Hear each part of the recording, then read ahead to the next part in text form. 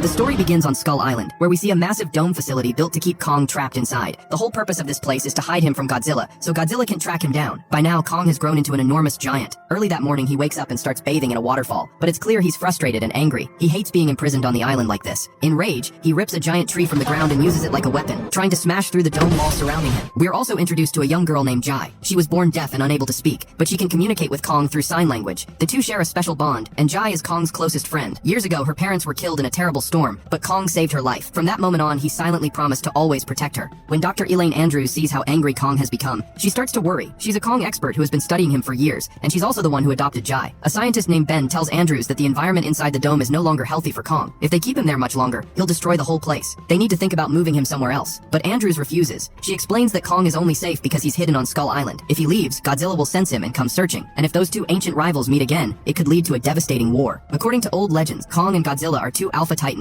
who never bow to anyone, especially not each other. So instead of moving him, they need to find another solution. Meanwhile, we meet a man named Bernie, an engineer who secretly runs a conspiracy podcast. He believes the powerful Apex Cybernetics company is hiding something dangerous from the world, and he's determined to expose them. For the past 5 years, he's been working inside the company, trying to uncover their secrets. Today, Bernie sneaks into Apex's transport department to hack their data. He distracts a coworker by talking his ear off until the guy finally leaves for the bathroom. The moment he's gone, Bernie quickly accesses the system and downloads classified files. He discovers that Apex is preparing to move some kind of massive object to their headquarters in Hong Kong. But suddenly, emergency alarms begin blaring throughout the facility. Bernie panics, thinking he's been caught. But the alarm isn't about him. It's warning everyone that Godzilla is approaching. We then see Godzilla rising out of the ocean and marching straight toward the Apex facility. Anything in his path is completely destroyed. Buildings collapse, explosions erupt, and terrified people run in every direction. Nobody understands why Godzilla is attacking. 5 years ago, he was the Titan who saved humanity. So why has he suddenly turned against them now? Inside Apex, employees are being evacuated immediately. Bernie also tries to escape, but then he notices guards rushing toward a hidden bunker. Curious, he follows them. The guards spot him and demand to see his access pass. But before anything else can happen, Godzilla attacks. He unleashes his powerful atomic breath and tears through the facility, wiping everything out. The guards are killed instantly. As Bernie hides, he notices something shocking deep inside the secret bunker. A gigantic robotic eye powering on in the darkness. Whatever Apex was building, it was huge. The next day, the whole world is in chaos, as news spreads that Godzilla has returned after 3 years, and now appears to be humanity's enemy. Apex CEO Walter Simmons goes on television and tells the public that Godzilla is now a global threat, but he also claims Apex has a plan to destroy him once and for all. Then we meet Madison, a college student watching the same news report. Unlike everyone else, she refuses to believe Godzilla has become evil. She knows him better than most people. In the past, Godzilla actually saved her and her family. She's also been listening to Bernie's podcast, where he claims Apex must be hiding another Titan inside their facility, and that's the real reason Godzilla attacked. Madison goes to speak with her father, Mark Russell, who works for the Titan Relief Agency. She tries to convince him that Godzilla would never attack humans without a reason. She reminds him that he and her mother were there when Godzilla once saved them. She believes Apex must have done something to provoke him, but Mark doesn't agree. He tells Madison that creatures can change just like humans do, and maybe Godzilla has changed too. According to him, Godzilla is now dangerous and killing innocent people. After hearing that, Madison returns home, but she still doesn't believe it. She turns Bernie's podcast back on, where he says Apex is definitely building some kind of massive Titan weapon. Hearing this only confirms her suspicions, so Madison makes a bold decision. She's going to find Bernie herself. Next, we're introduced to Walter Simmons, the CEO of Apex Cybernetics, as he goes to meet Dr. Nathan Lind. Nathan is a scientist who became famous for writing a book about the theory of the Hollow Earth, a hidden world deep beneath the planet where titans like Godzilla and Kong may have originally come from. Years ago, Nathan's own brother entered that mysterious world on an expedition, but he never made it back. Walter praises Nathan's research and tells him that his Hollow Earth theory may be the key to saving humanity. He explains that Godzilla has never attacked without being provoked before, but now he seems to have turned against mankind. If they want to stop him, they need a new weapon. Walter then introduces Nathan to Apex's chief technology officer, Mr. Ren Sarazawa. Ren shows him advanced magnetic scans of the Earth's interior and explains that beneath the surface lies an ecosystem as vast as an ocean. Hidden inside Hollow Earth is an incredibly powerful energy source, the same kind of energy that gave birth to titans like Godzilla. If Apex can locate and harness that power, they could create a monster strong enough to challenge Godzilla himself. That's why they need Nathan's help. Nathan immediately says the mission is impossible. Every attempt to enter Hollow Earth has ended in disaster because of the violent reverse gravity fields inside. Anyone who enters is crushed or torn apart. That's exactly what happened to his brother, and Nathan still carries the pain of losing him. But Walter reveals that Apex has developed special Hollow Earth aerial vehicles designed to survive those gravity shifts. According to him, reaching Hollow Earth is finally possible if Nathan agrees to lead the mission. The truth is, Walter needs Nathan because Apex has no idea where the hidden energy source actually is. Nathan then shares his own idea. If Titans draw their power from Hollow Earth, then maybe another Titan could lead them straight to it, and there's only one creature who might know the way, Kong. So Nathan goes to his friend Dr. Elaine Andrews and explains the plan. He reminds her that she always believed Skull Island was once connected to Hollow Earth and may have risen to the surface over time. If that's true, then Kong's ancestors likely came from there. That means Hollow Earth isn't just a destination for Kong, it could be his true home. Nathan suggests taking Kong through an entrance located in Antarctica. If they can guide him there, Kong may finally find the place where he belongs. Andrews agrees. Soon after, Nathan, a military escort, and his team set out by sea to transport Kong toward Hollow Earth. Kong is heavily chained down on a massive ship and has been sedated to keep him under control. But after some time, he begins to wake up. That's when another Another Apex team arrives on board. Nathan goes to meet them and is introduced to Maya Simmons, Walter's daughter. She tells Nathan that she is the official project leader and has been sent to keep an eye on everything he does. Maya also informs him that their Hollow Earth aircraft will soon arrive in Antarctica. These machines are incredibly advanced, so powerful that the energy they generate could light up all of Las Vegas for an entire week. Then she confidently walks away. That night, Kong looks deeply depressed. He's chained down, trapped, and far from freedom. Gia senses his sadness immediately, so she quietly goes to him and communicates through sign language. She tells him, "We're taking you home." When Andrews comes to bring Gia back, everyone nearby is stunned. They had no idea Kong could understand and communicate with Gia through signs. Even Andrews herself didn't fully realize how deep their connection had become. Soon after, Andrews warns the military commander that they must avoid routes familiar to Godzilla. If Godzilla senses Kong's presence, he will come for him. Both Kong and Godzilla see themselves as kings, and neither one would ever bow to the other. If they meet, a war is guaranteed. Meanwhile, we cut back to Madison, who calls her friend Josh over to her house. She convinces him to help her track down Bernie. Since they have no clue where he lives, they start searching through random stores and asking questions. They eventually learn that Bernie buys bleach constantly, and using that strange clue, they finally locate his home. Bernie then takes them to a restaurant, where he explains his theory. Apex is building something massive, and plans to move it to Hong Kong. Godzilla somehow sensed it, didn't like what Apex was doing, and attacked their facility to stop it. Meanwhile, Jaya suddenly senses that Godzilla is coming. Almost immediately, alarms begin blaring across the ship. She rushes to Dr. Andrews and warns her through sign language that Godzilla is on his way. Andrews realizes the danger instantly, and tells everyone that Godzilla is heading straight toward them. She says they need to free Kong right now so he can defend himself and all of them, but Nathan refuses. If anything happens to Kong, their entire Hollow Earth mission will fail. At the same time, Godzilla rises from the ocean like a living nightmare. He smashes through one of the escort ships and keeps charging forward. Kong can sense him too, still chained down. Kong roars in frustration and starts struggling against his restraints. The military launches missiles at Godzilla, trying to stop him, but it does absolutely nothing. Godzilla tears through the fighter jets like they're toys and keeps moving toward Kong. Kong roars back, pulling harder and harder against the chains. Then Godzilla slams into their carrier ship and flips it over. Kong and everyone on board are thrown into the sea. With no other option left, Nathan orders Kong to be released. If they want to survive, Kong is their only chance. The chains come off, and Kong is finally free. He immediately charges at Godzilla and lands a crushing punch that sends Godzilla deep underwater. Then Kong quickly surfaces and uses his massive strength to push the ship upright again, because Jay is still on board. Even in the middle of battle, Kong is protecting her. Godzilla rises again, furious. Kong leaps from one carrier ship to another, crossing the ocean like stepping stones, until he reaches the last ship and delivers another devastating punch straight to Godzilla. But Godzilla strikes back just as hard, knocking Kong down. Kong gets back up and attacks again, forcing Godzilla underwater once more. Now Godzilla is truly enraged. He unleashes his deadly atomic pulse energy, blasting the area with overwhelming force. Kong sees it coming and dives into the water just in time. The blast spreads everywhere, terrifying everyone nearby. Underwater, the fight continues, but this is Godzilla's domain. He grabs Kong and drags him deeper into the ocean. Since Kong is an ape, he can't breathe underwater for long. He begins to weaken fast. Seeing this, Dr. Andrews knows they have to act now. She orders underwater depth charges to be dropped. A massive explosion erupts beneath the surface, forcing Godzilla back and giving Kong a chance to escape. Kong finally reaches the surface, but he's exhausted and barely able to move. Staying underwater too long has drained him, and in that condition, he can't keep fighting. Nathan quickly comes up with a desperate plan. He orders everyone to shut everything down. Engines, lights, machines, all of it. Total silence. If Godzilla can't detect movement or sound, maybe he'll think they're all dead. The crew powers everything off. After a tense moment, Godzilla seems satisfied and finally swims away. Dr. Andrews then asks Nathan what happens next. If they continue moving, Godzilla could sense them again and come right back. So how are they supposed to reach Hollow Earth now and take Kong with them? Nathan gives one answer. They'll airlift Kong the rest of the way. Meanwhile, we cut back to Bernie, who sneaks Madison and Josh into an Apex facility. He wants to show them the giant robotic eye he saw during Godzilla's attack. But once they get inside, the robotic eye is gone. Then Madison notices an elevator hidden in the facility. The three of them ride it down, all the way to the 33rd underground floor, where Apex employees are secretly working. What they find is shocking. The place is filled with advanced technology, futuristic machinery, and a massive hidden operation. Suddenly, they hear someone approaching, with nowhere else to go. They hide inside a strange transport pod nearby. But the second they step inside, all the doors lock shut automatically. Then they notice something even creepier. Huge eggs stacked all around them. Before they can react, the machine activates. They realize too late that the pod is heading to Hong Kong. Moments later, it launches into an underground tunnel at incredible speed, racing beneath the Earth toward its destination. Next, we see the military transporting Kong by helicopter all the way to the Antarctic entrance to Hollow Earth. Once they arrive, Jaya tries to reassure him. Through sign language, she tells Kong that Hollow Earth is his real home, and if he enters the tunnel below, he'll finally reach the place where he belongs. But Kong refuses to move. He doesn't trust what's in front of him. Nathan then tells Dr. Andrews that they need to convince Kong there's something waiting for him down there, something personal. He says they should tell him his family is in Hollow Earth. Andrews hesitates but agrees. She asks Jaya to tell Kong that his family is below. When Jaya signs those words to him, Kong finally changes his mind. Slowly, he turns and begins walking toward the tunnel entrance. The team follows behind in their advanced anti-gravity vehicles as Kong leaps down into Hollow Earth. What they discover is unlike anything imaginable. Hollow Earth is a completely different world, with gravity flowing in strange opposite directions. Yet somehow the environment looks similar to Earth. Lush landscapes, skies, mountains, and life everywhere. Nathan and the others feel dizzy and disoriented from the shifting gravity, but their vehicles protect them. Everyone is stunned by how beautiful and mysterious the hidden world really is. Strange creatures roam the land, unlike anything seen on the surface. But the wonder doesn't last long. Suddenly, a flying monster attacks and destroys one of the vehicles. It's a deadly warbat. The creature then charges toward the vehicle carrying Jai. Before it can strike, Kong jumps in and grabs it, smashing it violently. But the warbat wraps its wings around Kong and starts crushing him. him. Seeing Kong in trouble, Nathan fires at the creature to distract it. That gives Kong the opening he needs. He brutally tears the warbat apart, rips its head off and drinks its blood. Meanwhile, Madison, Josh, and Bernie arrive in Hong Kong through the underground transport system. There, they finally uncover Apex's biggest secret, a robotic version of Godzilla built to kill the real one. Its name is MechaGodzilla. The one controlling MechaGodzilla is Ren Serizawa. To test its power, Walter Simmons releases a captured skullcrawler into the testing area. MechaGodzilla instantly attacks and slices the creature into 2 pieces with terrifying ease. But right after that, its power shuts down. The machine needs far more energy to operate at full strength, and the only power source strong enough exists in Hollow Earth. That's the real reason Walter sent Nathan's team there, to bring back an energy sample, so they could fully activate MechaGodzilla. The moment MechaGodzilla powers up, Godzilla senses it. Somewhere in Hong Kong, he feels the presence of a rival titan and immediately starts heading straight for the city. At the same time, Kong reaches the source of energy deep inside Hollow Earth. It lies within a massive mountain-like temple. Kong walks inside, opens the ancient stone doors, and lets out a thunderous roar.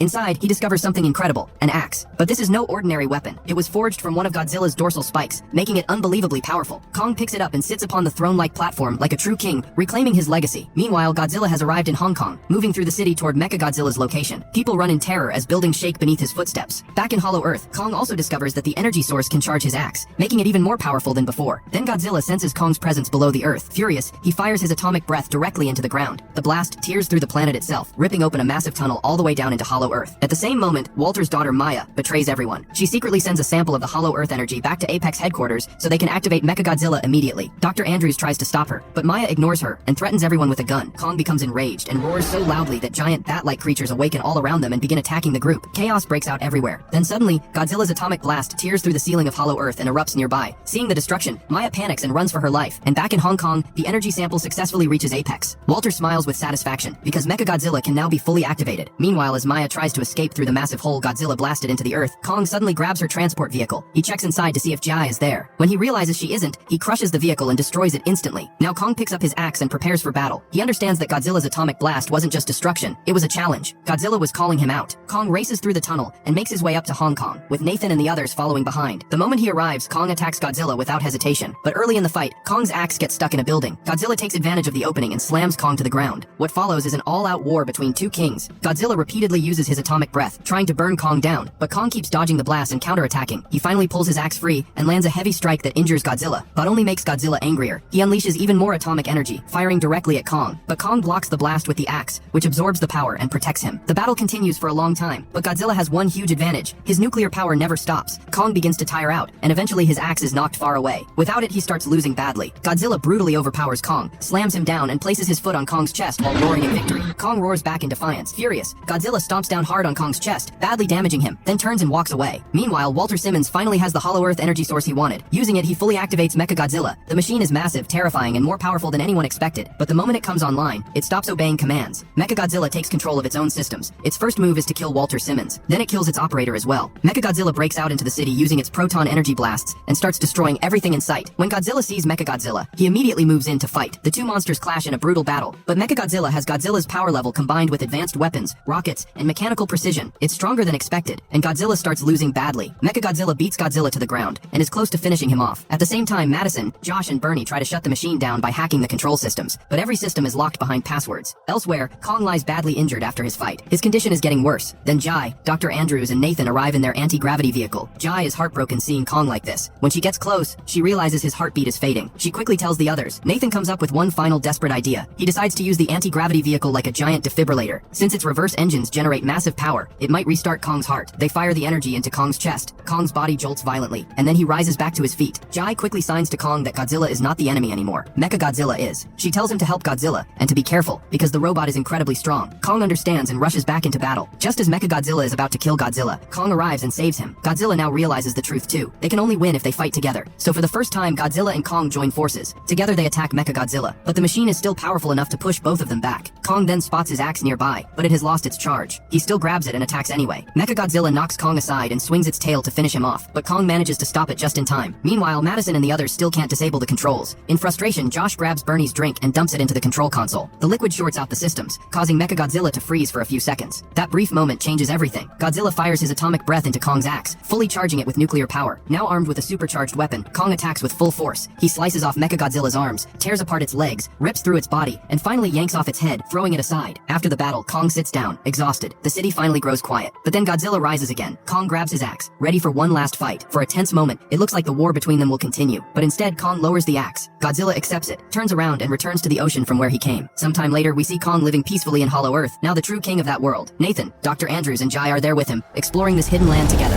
And with Kong finally home, if you enjoyed this story of rivals becoming heroes, don't forget to subscribe and share, because even enemies can unite when the world needs them most.